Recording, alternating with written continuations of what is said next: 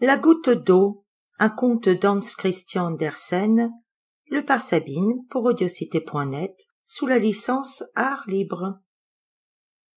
Vous connaissez sans doute tous le microscope, cet instrument qui fait voir les objets 1000 fois plus gros qu'ils ne sont en réalité. Lorsqu'on s'en sert pour regarder une goutte d'eau prise dans un étang, on découvre dans cette goutte d'eau une multitude d'animaux de formes bizarres, qu'il est impossible d'apercevoir à l'œil nu. Ces animaux existent véritablement, ce n'est pas une illusion. Il semble que ce soit une assiette remplie de petits crabes qui se démènent avec une incroyable vivacité. Et comme ils sont voraces, avec quelle prestesse les uns arrachent et dévorent les pattes, les pinces et même les têtes des autres. Pourtant, tous ces êtres sont susceptibles d'avoir du bonheur à leur manière. Il y avait une fois un vieux bonhomme que tout le monde appelait Cribbel-Krabbel. On ne lui connaissait pas d'autre nom. Il voulait toujours posséder les choses les plus rares, et s'il ne pouvait les obtenir autrement, il avait recours à la magie pour se les procurer. Un jour, il était assis devant sa porte et occupé à regarder dans son microscope une goutte d'eau tirée d'un bourbier voisin. Quel fourmillement! Quel sang dessus-dessous! Des milliers d'animaux étaient là, grouillant, se battant et s'entre-déchirant. « C'est abominable !» s'écria le vieux Cribbel-Krabbel. « Est-ce qu'il n'y aurait pas moyen de faire vivre en paix ces enragés, de les ramener à des principes et à un appétit plus modéré ?» Il réfléchit à cela longtemps, mais ses connaissances chimiques, politiques et médicales ne lui suggérèrent aucun remède. C'était le cas d'employer le sortilège.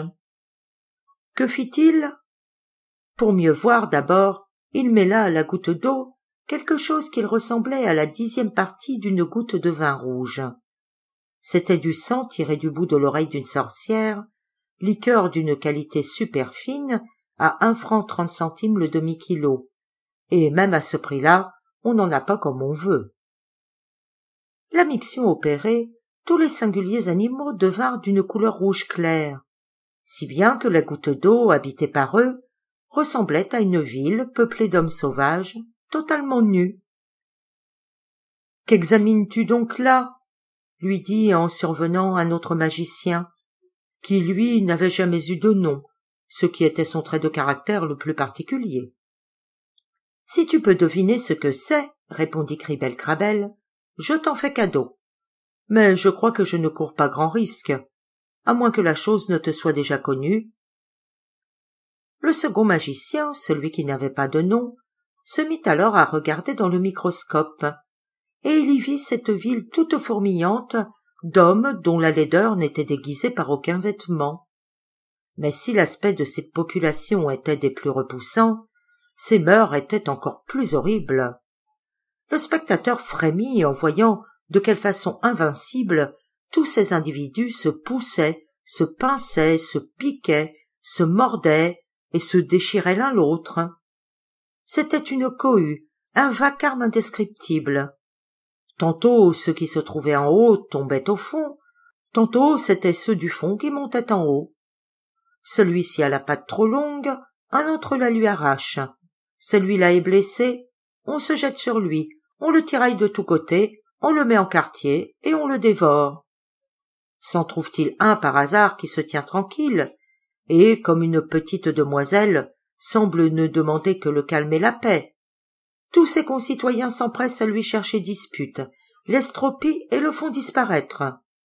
Il y en a 10 à la fois qui veulent être les maîtres, mais pas un seul ne consent à obéir. C'est un véritable tohu-bohu. « Hé hé, voilà un spectacle assez repoussant, » dit le magicien anonyme. « Oui, mais que crois-tu que ce soit ?» répliqua Cribbel-Krabbel. « C'est bien facile à deviner. Ce doit être Paris ou quelque autre grande ville. Elles se ressemblent toutes. »« Point. C'est tout simplement une goutte d'eau bourbeuse. »« Ma foi, répondit l'autre, l'erreur n'est pas énorme. Il n'y a que la différence du petit au grand.